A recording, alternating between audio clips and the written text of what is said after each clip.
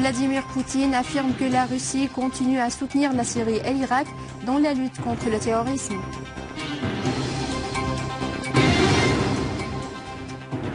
L'armée irakienne détruit un camp important de l'organisation de Daesh dans les hauteurs de Hamrin, au nord-est de Baqouba. Dans la banlieue de Damas, le monastère de Saint-James est le plus ancien des monastères dans la région d'Al-Qalamoun.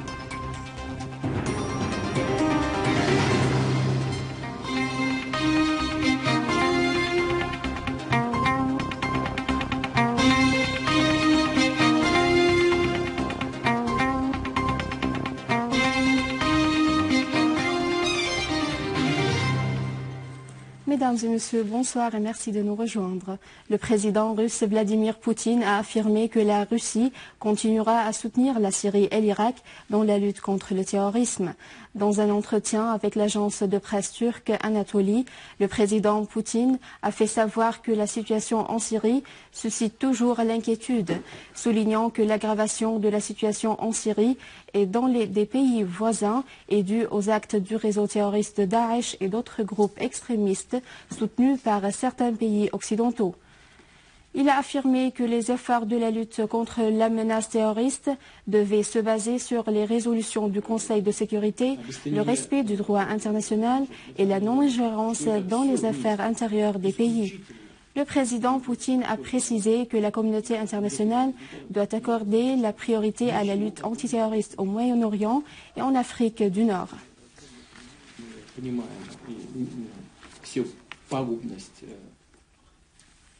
Les autorités autrichiennes ont annoncé l'arrestation de 13 personnes accusées de recruter des terroristes et les envoyer en Syrie. Le Bureau de la lutte contre le terrorisme a indiqué que les forces spéciales autrichiennes ont lancé une vaste campagne sécuritaire dans les grandes villes qui ont visé des maisons et des mosquées et qui s'est soldée par l'arrestation d'extrémistes et de dignitaires religieux qui appartiennent à des organisations terroristes et qui œuvrent à recruter des terroristes après avoir mis sous observation durant 2 ans leurs mouvements, leurs activités et leurs communications.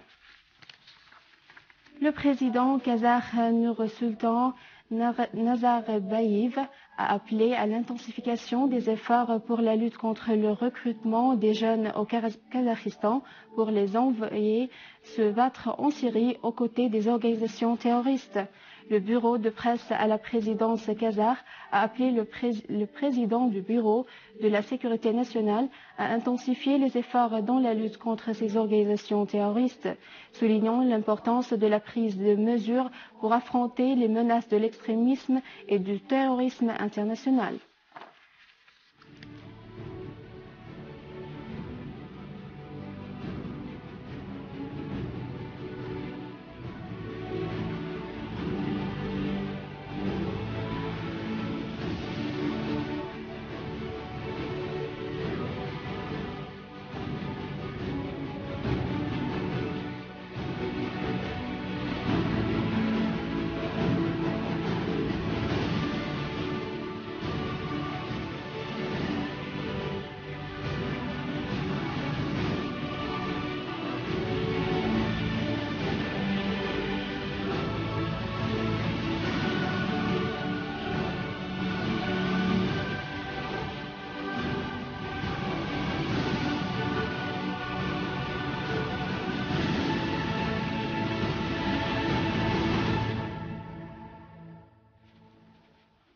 Une source sécuritaire irakienne a déclaré que les forces armées soutenues par les combattants des clans ont poursuivi leur progression à l'est de la ville de Ramadi, dans le gouvernorat de Anbar.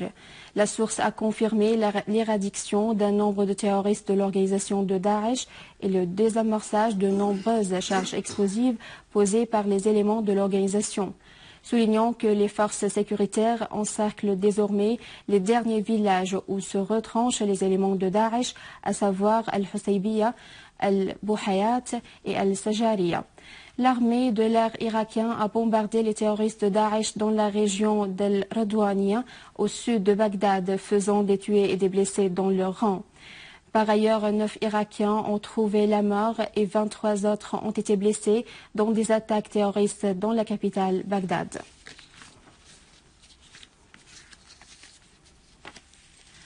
Une force de l'armée libanaise a exécuté de vastes opérations de perquisition dans la région de l'autoroute de l'aéroport et ses alentours contre des domiciles de personnes recherchées.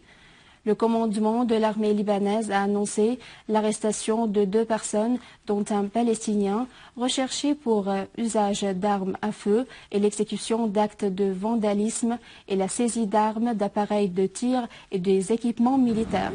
Par ailleurs, le Conseil constitutionnel libanais a rejeté le recours en invalidation de la propagation parlementaire. Il a estimé que la propagation évitait à l'État d'aboutir à une vacance généralisée au niveau de toutes les institutions constitutionnelles.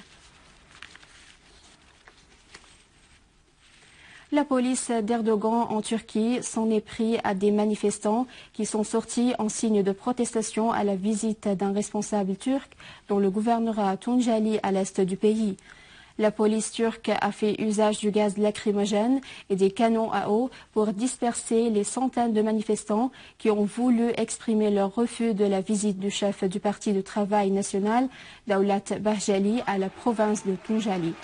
Et la tension reste vive à l'est et au sud-est de la Turquie suite aux actes de violence qui ont fait plus de 30 morts au début du mois d'octobre dernier en condamnation de la position turque officielle soutenant les terroristes de Daesh dans leur guerre contre la ville syrienne de Ain Arab.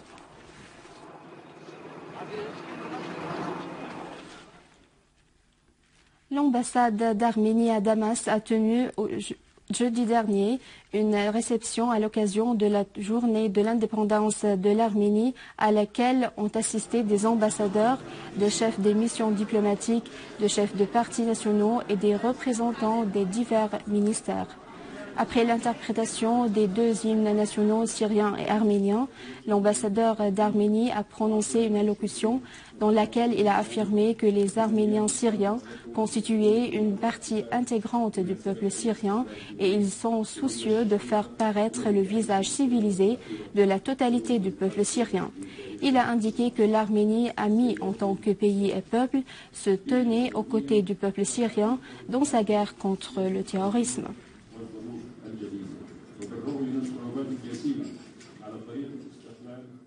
Dans la banlieue de Damas, le monastère de Saint-James, situé près de la ville de Qara, à 60 km de Homs, est le plus ancien des monastères de la région d'Al-Qalamoun.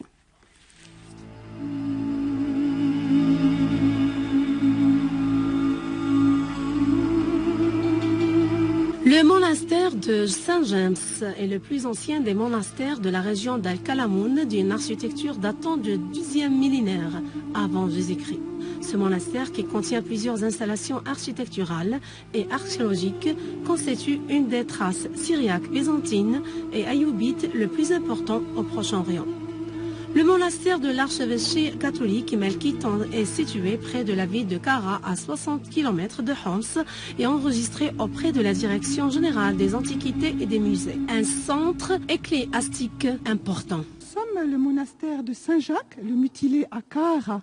Nous sommes des frères et des sœurs, et il y a des familles avec nous, des enfants, et nous aimons beaucoup vivre ici en Syrie pour aider, pour partager la vie des Syriens, pour aider tous les gens qui ont besoin, autant que nous pouvons, parce que nous les aimons beaucoup, beaucoup.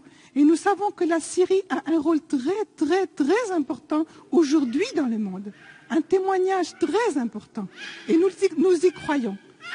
La Syrie doit dire une parole de vie, une parole de famille à tout le monde, une parole d'entente entre nous tous.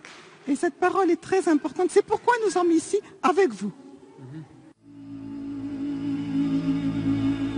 Le monastère comprend plusieurs sections, dont la salle de Mar Jacob, dans laquelle le travail de restauration a commencé, la section de la salle d'illumination où l'on a découvert des poteries indiquant que cette salle était une ancienne cuisine du monastère.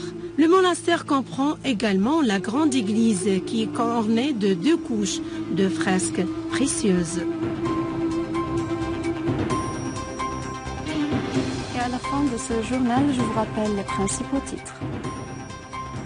Le président Vladimir Poutine affirme que la Russie continue à soutenir la Syrie et l'Irak dans la lutte contre le terrorisme. L'armée irakienne a détruit un camp important de l'organisation de Daesh dans les hauteurs de Hamrin au nord-est de Baqouba. Dans la banlieue de Damas, le monastère de Saint James est le plus ancien des monastères dans la région d'Al-Qalamoun. C'est la fin du journal. Je vous remercie de l'avoir suivi. Je vous rappelle que vous pouvez consulter notre site internet syrianonline.sy pour revoir ce journal et davantage d'informations. Au revoir.